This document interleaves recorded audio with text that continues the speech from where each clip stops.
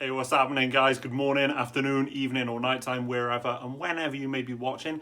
Thanks for clicking. Today's video, we're going to be talking about 3 fragrances with 2 honorable mentions that I think are alpha male, super masculine. Not that I really buy into masculine and feminine. I'm one of those people, especially when it comes to, niche and indie fragrances, that they're all kind of unisex. If you can pull it off, if you're happy wearing what you want to wear, you do you. That being said, though, undeniably there are fragrances that do lean more masculine, whether it's the note breakdown or just the general, the sale of it, the advertising and whatnot. They lean more masculine. They tend to work better on guys. So getting into it, the first honorable mention, I used to have a bottle. I picked it up quite cheap from TK Maxx. It was like 30 or 40 quid.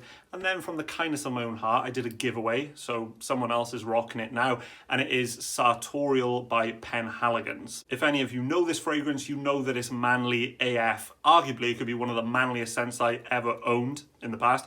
But yeah, the note breakdown on it, you've got stuff like metal accord, you've got stuff like ginger, pepper at the top, and then on into the mid, you've got stuff like beeswax, leather, lavender. It's a fragrance where it's like so barbershoppy. It's like it was created in a barbershop. I know the bottom notes then are things like honey accord, old woods, things like that. It's super masculine. As to my knowledge, it's going for an old school tailor. There's something about like Savile Row in London that's ringing a bell to me. It's going for that old style tailor shop with, tweed and that sort of stuff, but it lasts forever. It's super masculine. If you know it, you know it. It was a bit too masculine for me, hence the giveaway. Moving swiftly on to the second honorable mention. This one may be a bit controversial because I don't know. I don't know if I class this as super masculine or if it's just what I associate with it, because the note breakdown is strange. If you look at the notes of this fragrance, you may think, how masculine can that be? And it is. Dior held that a bit weird. Dior Intense. This is the 2011 version. I know it's been reformulated recently, like very recently, 2020. So I don't know the notes for that one. But this one is from 2011. It is, in my opinion, it is masculine, but it didn't make the list. Very few notes in this one, but you've got lavender at the top. Oh man, it's been a while. It's been a minute since I last smelled this. Oh, that's nice though. That's very nice. At the top you've got lavender, then you've got iris, and then at the bottom you've got things like cedarwood. Maybe was there an oak moss listed? I can't remember, but I know there's cedarwood at the bottom. There's, like I said, it didn't make it on the list because that note breakdown, lavender and iris, it gives off a lipsticky / makeup bag kind of feel, but in my opinion, it's got a slight medicinal touch, very, very slight, but it could just be because it's from 2011, it's quite old. It smells masculine to me. It smells like I'd like to be wearing a suit when I wear this fragrance. I dress quite casual. There are very few fragrances where I just want to wear this with a suit. This is one of them. Anyway, that's enough of the honorable mentions. Let's get into these top 3 masculine fragrances. And number 3, I'm going to pick Cape Heartache by Imaginary Authors. This fragrance is arguably it's not as manly as like Sartorial and to some people Dior Intense, but this fragrance I couldn't imagine smelling on a woman. I just don't think it would do that well. The notes in this fragrance, conveniently placed on the back of the bottle, thanks Imaginary Authors.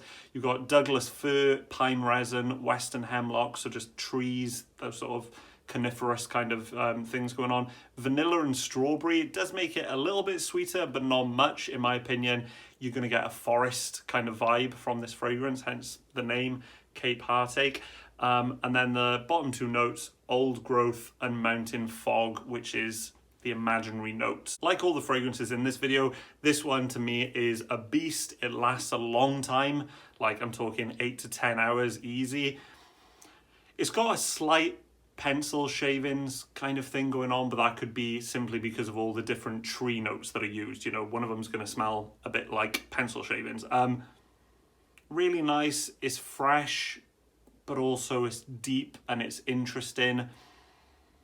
Like I said, ultimately the reason I find this to be more masculine is because I just can't imagine smelling it on a woman. It smells like a forest. It smells like what I would picture a lumberjack to wear. My number 2 spot for masculine fragrances is a recent pickup, and this is one of the fragrances that I've wanted ever since I first smelled it. I think it's a fantastic scent. This could be one of my favorite perfumes I've ever bought. It is Rhino by the house Zoologist. A common theme you may be finding so far is that these fragrances are all monsters. They're all beastly projection.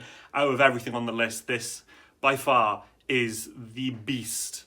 Just beast mode projector.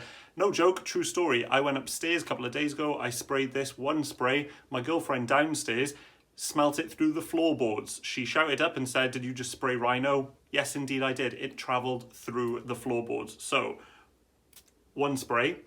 Definitely one spray. The top notes of this, you got, wow. Whoa! Wow. I can taste it. Oh, I can taste it. You've got conifer needles, lavender, sage, and there's rum at the top as well. Beautiful rum, which gives it a lovely sweetness. But ultimately, the lavender, the sage, to me, it gives off a bit more of a medicinal vibe. Again, not crazy, not like, you know, direct medicine, but there's something slightly going on which gives it a medicinal vibe, which just adds to the manliness at the top. The middle notes of Rhino include things like cedarwood, pinewood, tobacco, so quite woodsy, quite similar to Cape Heartache in that sense, but it takes a while to progress to that, in my opinion. They're always there in the background, but that rum at the top and that lavender, giving it a slight barbershoppy feel. It's not too barbershoppy in my opinion. I don't really dig, you know, heavy barbershop scents, but the lavender in the top, that's a common ingredient you find in barbershop / Fougere fragrances. Base notes in this one include leather, smoke, vetiver, things like that. That smoke, that's always in the background. The leather, that comes through quite strongly in my opinion, and I think that's what's represented best by that Rhino. You know, zoologists, they go for the animal or the animal's habitat, or just you sort of what you would imagine to be linked with it, and I think they're going for the hide, the hot in the summer heat of the Rhino. The leather is there, is quite present. To me, this didn't reach number 1 because the rum from the top, that as it just goes on and you're talking easy 14, 16 plus hours, the rum gets sweeter as the fragrance goes on, and you're left, you know, towards the end of this fragrance, you're left with this beautiful rum sweetness. To me, reminds me a bit of a rum and raisin ice cream. Good stuff, but super masculine. And finally, my number 1 spot for my masculine alpha male kind of fragrance is also my latest pickup, Vespero by the house Jeroboam. Let's go Jeroboam. Vespero, which I think translates to evening or nighttime, perhaps evening, I think is what it translates to.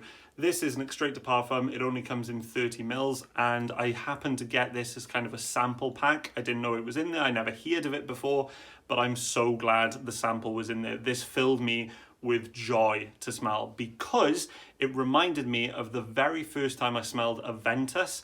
I wasn't collecting perfumes at that point. I didn't know much about fragrances, but I was in John Lewis in Cardiff and I saw Aventus, and then everyone was like, "Oh, you need to smell this. It's just come out. You should smell it. It's fantastic."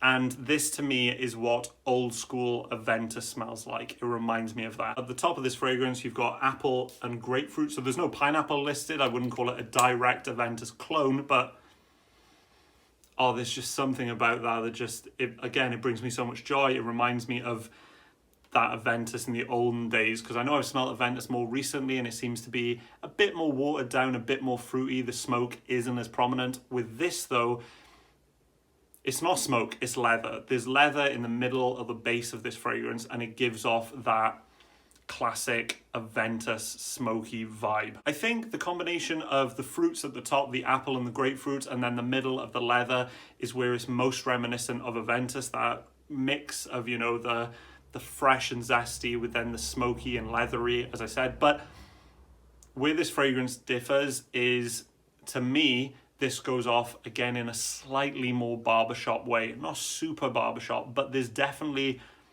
some sort of green notes going on, and I can't think for the life of me what's listed, but I'm sure there's going to be oak moss or something like that in the bottom, which is giving it that more to me, a more masculine edge than Aventus. That's going to be it for this video. I didn't want to talk too much about the different perfumes because hopefully I'll be doing reviews on them at some point soon.